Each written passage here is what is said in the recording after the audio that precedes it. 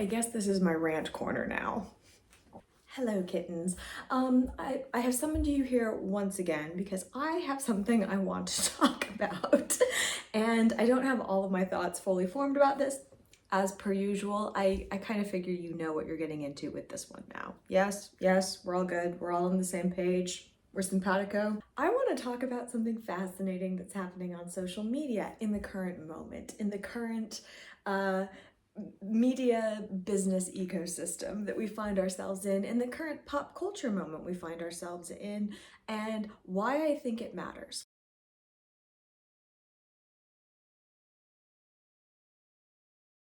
I've said before that I think that there are some vibe shifts underway, and I have decided that I am going to officially document what I think some of the case studies of this vibe shift include. I don't have a good idea of what this is going to look like, of what the topics are going to include, but I'm standing in my truth. I think that culture and media and our relation to it and how we consume it and how we think about it, how we talk about it, the things that we're interested in, the way that audiences are moving, the way that fandoms are moving, I think we're in the middle of some kind of sea change. I do. And I think it's for a variety of reasons, all of which I talk about a lot on this channel. I think there's business reasons. I think there's cultural reasons. I think there's economic reasons. We're in a change moment. And so when I see things that I think are indicative of this and prove that I'm right, because I love to be right, I want to snag it and I'm going to try and talk about it. And I'm going to do my best to do it in real time. It might not be very polished. It might not be very good. I encourage you to argue with me in the comments. But I'm going to talk about it when I think that I see it. I also am going to make a quick change because I don't want to film people who aren't consenting to being filmed. Stand by. Is that better? That feels better. Okay. So I want to dissect a moment that has happened on social media because I think it's a good example of so many of those shift moments that I'm talking about. Over the last few weeks, I have been really hard on the Disney Corporation. I have criticized them. I have criticized their business models. I have held them up as what I think is an example of why shareholder capitalism is bad for media and bad for society. I have railed on them pretty hard. And I'm gonna do it again. Let us use this moment to explore what I think is a really instructive fumble. So if you haven't seen it, and you might not have given the platform in question, which is part of this discourse, let me tell you a quick story of something that happened in the last 24 to 48 hours from when I'm filming and probably getting this thing out the door. You've seen that meme, right? You've seen the meme that basically juxtaposes who you are, the persona that you perform based on the social media platform that you're using. Who you are on Instagram is very different who you are on LinkedIn, is very different who you are on insert platform here, right? We all do this. We all curate a version of ourselves for the audience that we are performing for on any given platform. This is not bad. It's not inauthentic. It is a reality of the human experience, and it's a reality of the current world in which we swim. Yes? Like, I'm not actually here for any discourse that is like, oh, I'm the same on all platforms. No one is. No one is the exact same on all platforms, just as you are not the same person in performing yourself for any given medium or moment. You unleash different aspects of your personality at work than you do with your friends, with your family or extended family maybe than you do with your partner. This is normal and this is fine, and it's not inauthentic in and of itself. Because this is true of the human experience, because this is true of current society as we have built it, there is a kind of general understanding that you are different on different platforms, or you serve up different parts of your personality, your persona, your brand, for lack of a better term, based on the audience that you are either performing to on that platform, or, this is crucial, the genuine community that you have on that platform. All of which is to say, different platforms are used for different reasons at different times by different forces for different purposes. You might be using it to shriek into the void, as I do. You might be using it to build a business and a brand. You might be using it to advocate for a particular cause that you genuinely care about. You might be using it to proliferate slop into the world. That's between you and whatever media deity you pray to. Good, talented, savvy social media managers, because let's be clear, this is a skill, this is a field of knowledge, and it is a legitimate profession. Good social media managers know the differences between platforms and how they are used.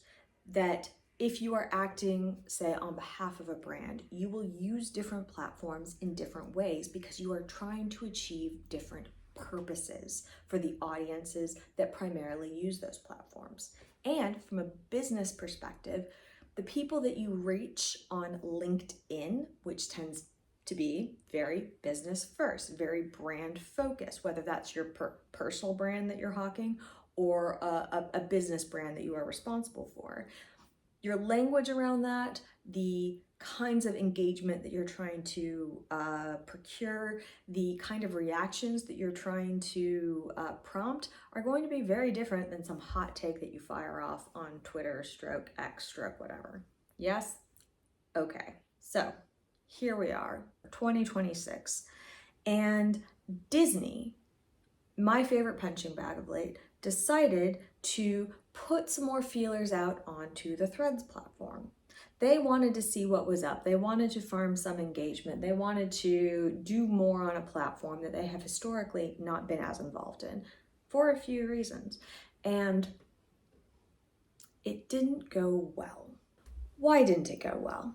Once again, I'm so sorry. We need to talk about gay hockey.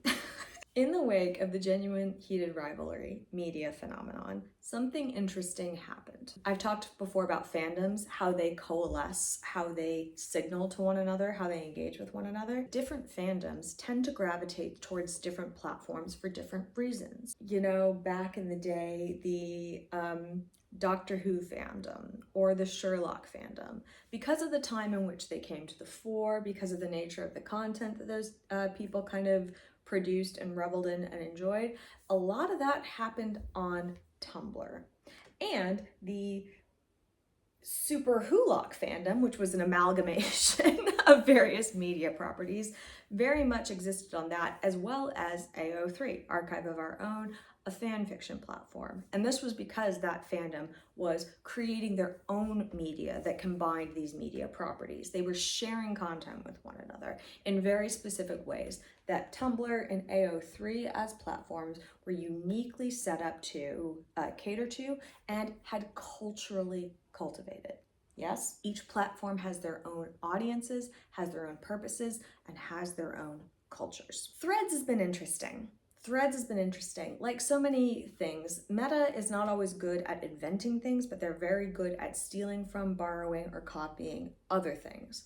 When Elon Musk bought Twitter, Meta saw an opportunity. They knew that enough people would probably want to abandon, avoid, or diminish their use of this text-first based platform, which had grown to prominence because of its real-time behaviors. You know, people used tweeters,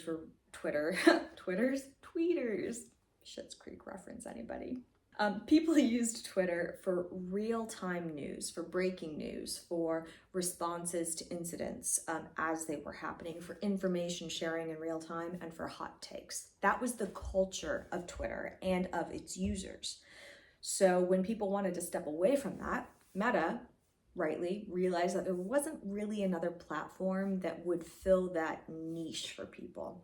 And because they're good at copying, and because they're big and rich enough to move quickly, they launched Threads. Threads had a lot of people adopt it very early on, but kind of struggled overall to carve out its own space, to grow its user base. It was just kind of there. People were using it. I was using it. I was one of the people who adopted it because I'm a words girl. I like words. I like text-heavy media. And Stepping away from Twitter was not a hardship for me. I don't like Nazis, and I don't want to give them my attention, my data, or my money. But I did miss the practical benefits that came to me as a Twitter user formerly. I got a Threads account. I wasn't really active in it. I tested it out a few times, but I was an ambivalent user. I was not using it regularly. Guys, it's the Heated Rivalry app. It is the place to go for this. In the absence of a more friendly space to congregate, very quickly and very organically, the fandom of Heated Rivalry congealed on Threads and started driving a lot of discourse. And because of the nature of the fandom of that show, what that meant was that Threads, which had kind of been existing, no one was really treating it with the seriousness of other platforms when it came to business investment like advertising. I didn't see very many aggressive media strategies being deployed on it. It was a second or third order thought for so many brands, which meant that the people who were using it were authentic. They were being real. They were being themselves. They were reacting in real time to things that interested them. And a lot of the people who had migrated to Threads, like me, were people who had chosen to leave Twitter for cultural reasons. This means a lot of women. It means a lot of people of color. It means a lot of queer people, and it means a lot of all of the above. That's who settled Threads in the first instance, and now with a wave of real-time media reaction, either adopted it or re-adopted it with a vengeance. When Twitter is 4chan and LinkedIn has become a obnoxious kind of performative version of the Facebook feed, Facebook is just filled with AI slop and boomer dopamine hits, designed to reinforce existing worldviews. We needed something different and we needed somewhere else to go. And there was Threads, uncolonized, open and waiting. And women, queer people, people of color, and their allies moved in and realized, we can use this space for fun things. And they did. Interestingly enough, this also didn't happen in total isolation. There were a few brands who, in my opinion, understood the untapped value of being gleefully unhinged online. There are a few brands that used Threads as a place to be weird, funny, or playful.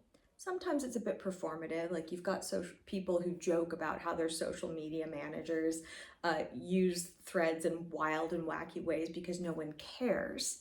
Their bosses don't care they perform about what they do on Threads because no one cares about Threads. But what that means was the culture was already seeded to be wild, wacky, weird, funny, and authentic. Performatively authentic, maybe, but also authentically authentic. There have been early adopting brands of Threads like Beyond Meat or a few other, maybe I'll put some on the screen or something, of accounts that have kind of thrown themselves into the wild west of Threads, realized that the stakes were very low and that therefore they could kind of do whatever they wanted. And they are some of the most followed accounts as a result. I haven't mentioned Disney in a hot minute. And that's because I feel like setting the stage is very important in all of this. In the wake of Heated Rivalry, a lot more brands have gotten more active on Threads because they realize there's an audience there and there's probably money to be made. Unironically though, the ones that are doing the best are the ones that are clearly having the most fun. A lot of Canadian brands have been leaning into the fandom. They have people and brands from genuine universities to tourism boards, like updating their profile information to signal allegiance to or connection to this media property in a way that's really organic and very fun for the fandom to participate in. Yeah, it's a little bit parasocial, but it's not hurting anyone in the way that more, toxic versions of fandom often do. Tim Hortons, iconic Canadian brand, has been having so much fun. Team Canada, the account that, creates and promotes content in anticipation of the Olympics is having a great time and has been engaging directly with the fandom that they walked into, that already existed on that platform. It's not all heated rivalry all the time, but it would be a lie to say that this wasn't a culture moment.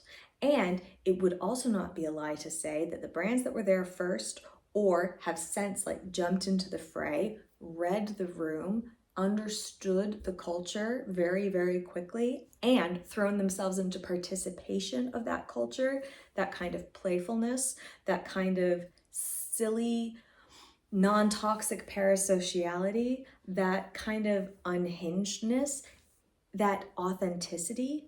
They're doing really, really well. They're getting new audiences. They're getting more eyes on their brand. They are having genuinely fun and gleeful exchanges that as an audience, as a consumer, it's fun to watch. And I'll be blunt, will probably influence my future engagement with those brands, whether it's purchasing something, following them along for fun content, or just enjoying the spectacle of it all. You know, bread and circuses, people, we need to be entertained, right? Into all of this, into this wild west, into this kind of untested, not really structured, no real media strategy in the way that exists on other apps, stepped Disney. Disney's having an identity crisis.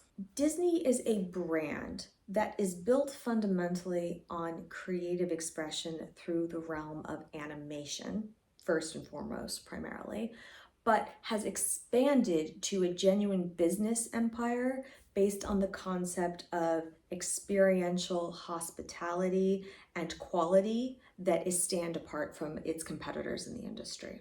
And in the last few years, Disney has made a lot of really, really weird choices, given that that's its legacy. In recent memory, it has partnered with an AI company. A weird thing to do when your literal golden age is based on hand-drawn animation for which you set the standard. It was famous for curating parks experiences, cruise experiences, pop-up experiences, dining experiences that did not stint on quality and included a lot of extras because they knew it built brand loyalty for really, really thoughtful engagement with its own fandom and audiences. Is that what Disney is really known for at the moment? I posit that it is not. I would argue that what Disney is best known for right now, and what I've ranted about in the past, is IP hoarding. It is buying properties like Marvel and Pixar. It is hoarding IP, and it is doubling down on the extraction of value of its own IP, i.e., recreating its own films instead of doing something new. It is the best case study I can think of right now of the tension between late stage shareholder capitalism and wanting to create good art or a good consumer experience. And in almost every instance I can think of, in at least the last decade, Disney has chosen the former. Much better, much smarter, much more competent creators than me have delved into this.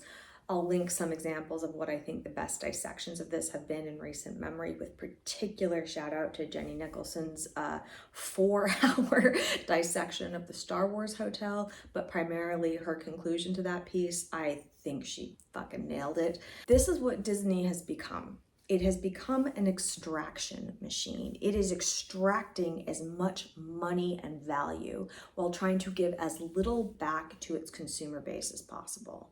It is the essence of our current version of shareholder capitalism, even in its approach to partnering with AI, which I would argue is the most pure distillation of an attempt to pursue pure profit with zero production costs. They want all of the profit that comes from a hit show or movie or series without having to actually pay anyone to do any of the work involved. It's malignant. So what happened? Disney posted on Threads. Disney posted a innocuous, pretty basic engagement farming kind of post, where they invited the Threads audience to share their favorite quotes from Disney properties with them. Simple, easy, low-hanging fruit. Big brand wants audience to react and engage and drive those metrics for them. And it did not go well.